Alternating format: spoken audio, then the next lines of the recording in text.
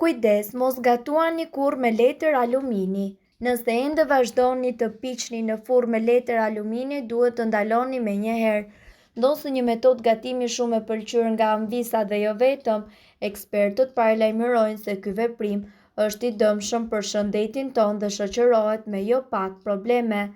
Letra e aluminit është përdorur për herë të parë në vitin 1913 për të mbështjellë ëmbëlsira, por që prej asaj kohe njerëzit po përdorin tonelata të tëra alumini në kuzhinë.